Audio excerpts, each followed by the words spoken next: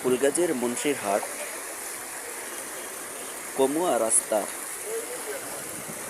উপর দিয়ে পানি ভর্তি, পানি চলমান করছে। আমরা এখন দেখতেছি মানুষ হাঁটা চলে কষ্টকর হয়ে যাচ্ছে এই রাস্তা দিয়ে। অনেক দ্রুত পানি প্রবহমান হচ্ছে এই রাস্তার উপর দিয়ে।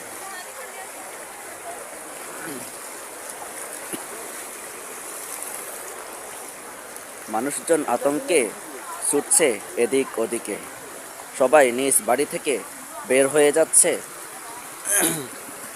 জিনিসপত্র নিয়ে।